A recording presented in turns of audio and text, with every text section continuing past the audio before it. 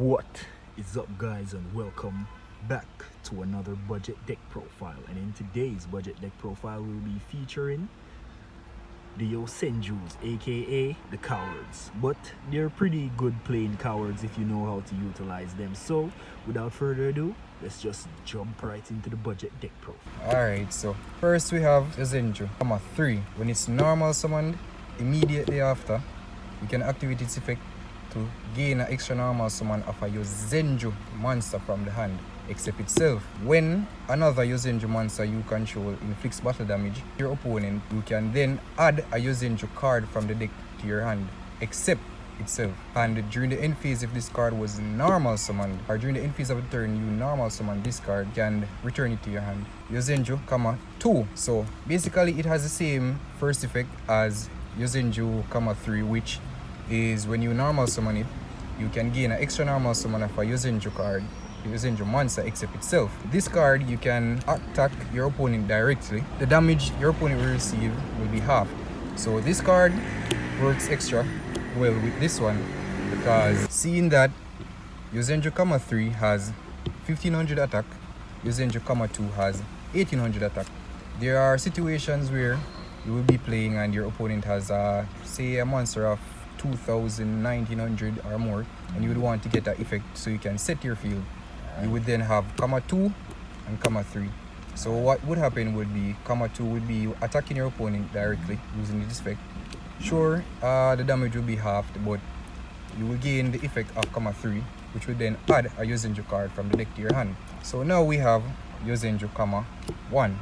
Same as the other two, it gains it gives an extra normal summon of a Yosenju monster except itself. Once per turn, you can use its effect as long as you control another Yosenju monster. You can target one face-up card your opponent control and return to the hand.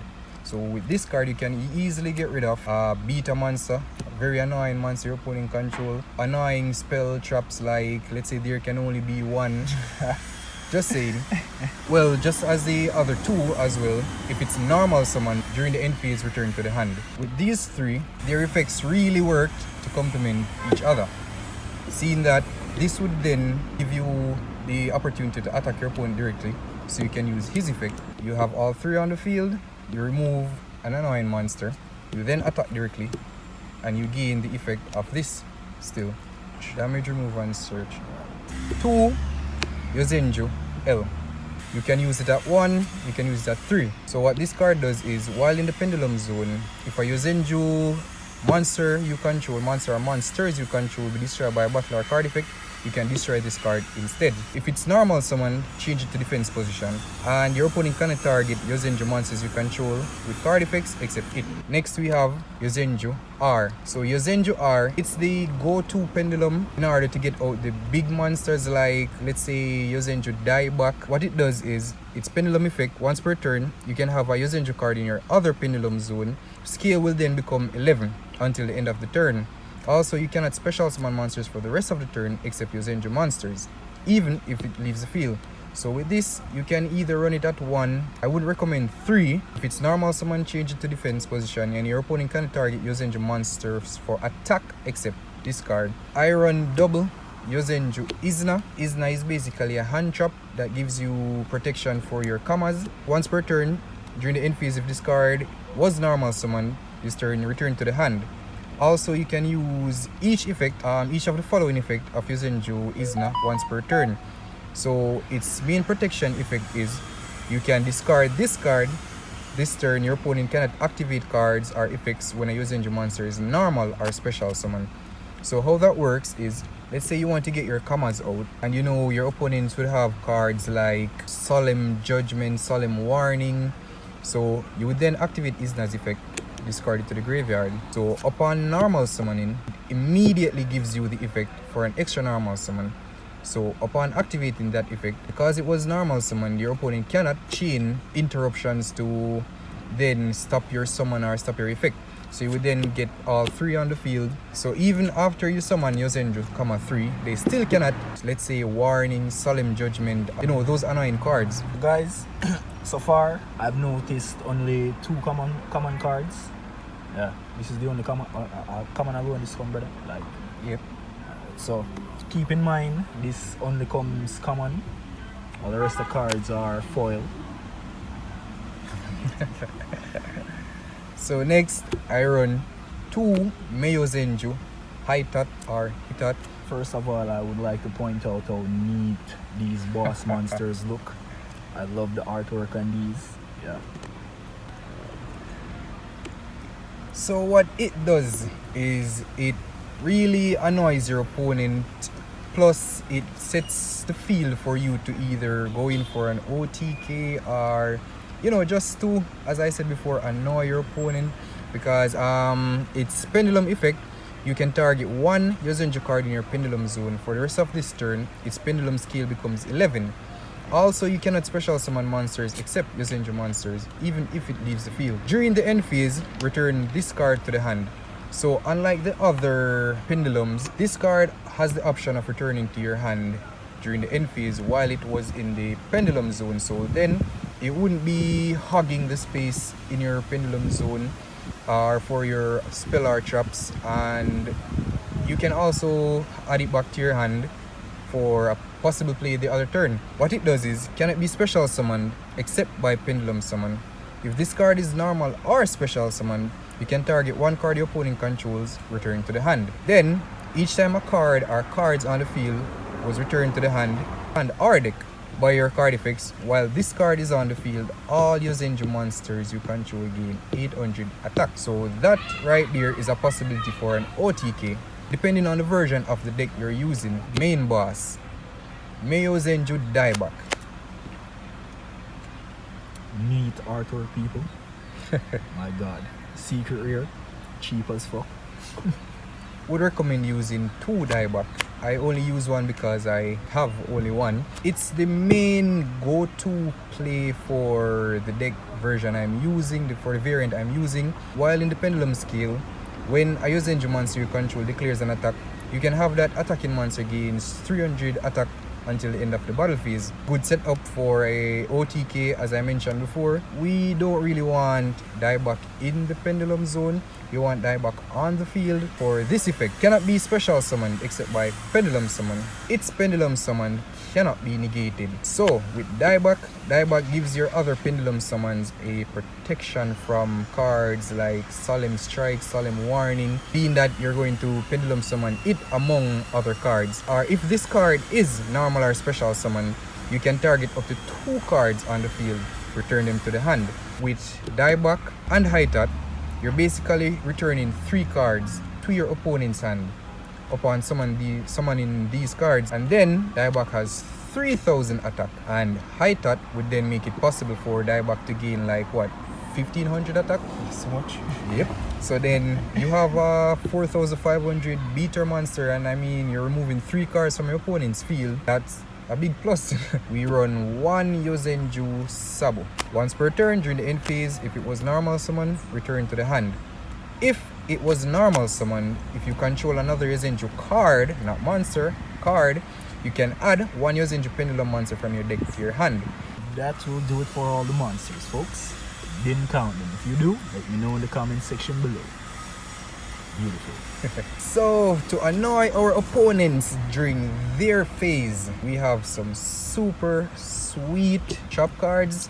Main one being Yosenju's secret move. So what Yosenju's secret move does is when a spell card, trap card or monster effect is activated while you control at least 1 Yosenju card, and all monsters face up on the field, on your side of the field are Yosenju monsters, negate the activation, and if you do, destroy that card. And if you would notice, folks, it didn't say once per turn, it didn't give a hard restriction, it only says you have to have at least 1 Yosenju card. So the part that confuses a lot of people about this card is the part where it says, and all monsters you control are Yosenju monsters. If it's a case where you have, let's say, Yosenju Hitot in your pendulum zone, you have Yosenju secret move, and no monsters, it still can be activated because you already met its key condition, which is having at least 1 Yosenju card. If you do have a Yosenju monster on the field and a pendulum card,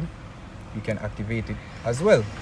If you don't have your pendulum card and you have one Yosenju monster, it still can be activated because it already met the key condition, being the monster being one Yosenju card. But if it's a scenario where you have the Yosenju card in the spell or trap zone, Yosenju monster, and let's say you have a lightning Chidori on the field, this card won't be able to be activated. Henceforth, why using this deck with let's say extra deck monsters and additions like, let's say, Pancratops, those cards, it would be really hard to use this card at 3, still being able to use it at 2, but using it at 3 would be iffy move, right? We have 2 Yosenju Sword Sting, super annoying card. So with Yosenju Sword Sting, if you control no monsters, reveal up to 2 Yosenju monsters with different names in your hand, target that same number of face-up cards your opponent control, return them to the hand. You can only activate one of them per turn though, but I guess you see where the annoyance is. We run 1 Red Reboot, 1 Solemn Judgment, 1 Infinite Impermanence, because with Infinite Impermanence, your monsters are mostly going to be in your hand during your opponent's turn. You will have your spell or trap set up. You would still leave a zone for your impermanence, which will be easy to activate from your hand, seeing that you control no monsters. That will do it for all the trap card, folks. Did not count. And for everybody's favorite card in a Beast Warrior deck, we have the Fire Formation Tenki. Any beast deck. Anything that beast pan. We use 2 Yosenju Training Grounds. Each time a Yosenju monster is normal or special summoned, you place 1 Yosen counter on this card, and you can remove any number of Yosen counters from this card. Apply this effect depending on the number of counters you removed. So you can remove 1 counter. All Yosenju monsters you control gain 300 attack until the end of this turn, even if this card leaves the field. Removing 3 counters gives you the ability to search your deck for a Yosenju card, not monster. Searches the deck or graveyard for a Yosenju card and add it to your hand. 2 Twin Twisters. This is a secret rare. 1 Yosenju Orochi Channeling. This card is a really... What it does is, if you control no monsters, activate one of the following effects. Also, for the rest of the turn, after this card resolves, you cannot special summon monsters except Yosenju monsters. You add 1 level 5 or higher Yosenju monster from your deck to your hand, searching for your High Tot or your Big Boss monster, Yosenju Dieback. Or, for a second effect, you can place 1 Yosenju L and 1 Yosenju R from your deck in your Pendulum Zone, but destroy them during your opponent's next end phase. So then you put your L, your R, you have your dieback in hand, you have your cards ready to go off. We have Upstart Goblin for the extra draw, Called by the Grave. We have 1 Raiki for the annoying monsters. We have Monstery Barn, and for the last card we have Dimensional Fissure, because why not? Your monsters will hardly be seeing the graveyard, hopefully, and you want to get your opponent's cards out of the graveyard. Let's say playing against Eldish zombie based decks. This nigga hates zombies. Just saying. Your little unprofessional extra deck that you don't need. Alright, so we don't necessarily need extra deck, but I mean, I use 2 Lightning Chidori. It takes 2 level 4 wind monsters to make, and as you can see, most of the commas, well, all of the commas are level 4. They're wind. This card saved me a lot during duels, seeing that it also has the effect to bounce 2 cards. One being, when it is special summon, well, XYZ summon, you can target a set card your opponent control, return it to the bottom of the deck, and once per turn you can detach 1 XYZ material from it, target a face-up card your opponent control, return it to the top of the deck. So yeah, very, very good card. We have 1 number 41 Babuska, because why not?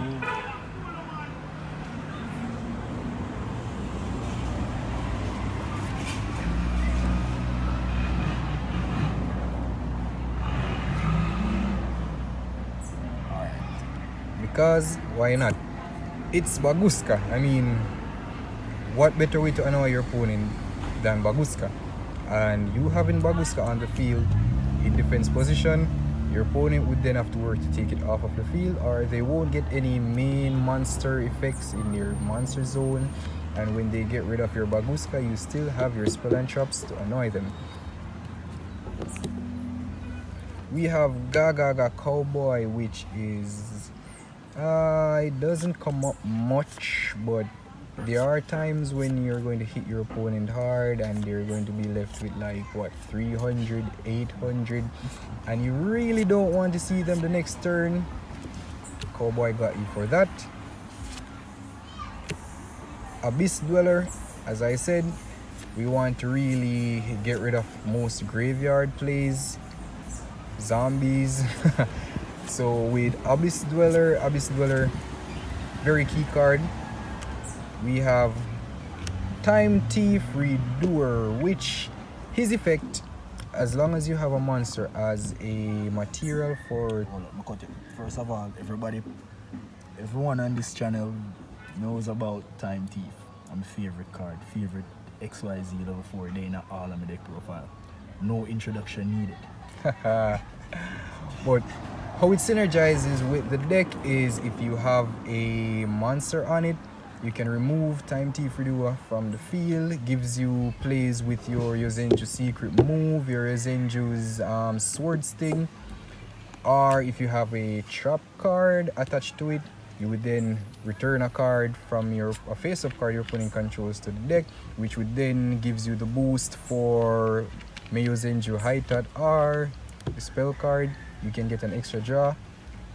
And last but not least, we have Bujinki Amaterasu, which requires 3 level 4 monsters, and as you can see, the deck can summon up to 5 level 4 monsters easily. Its effects won't come up that much, but let's say your own dimensional fissure worked against you, banished your cards, he would be the go-to guy to get your cards back to your hand or on the field. So that's it for the extra deck.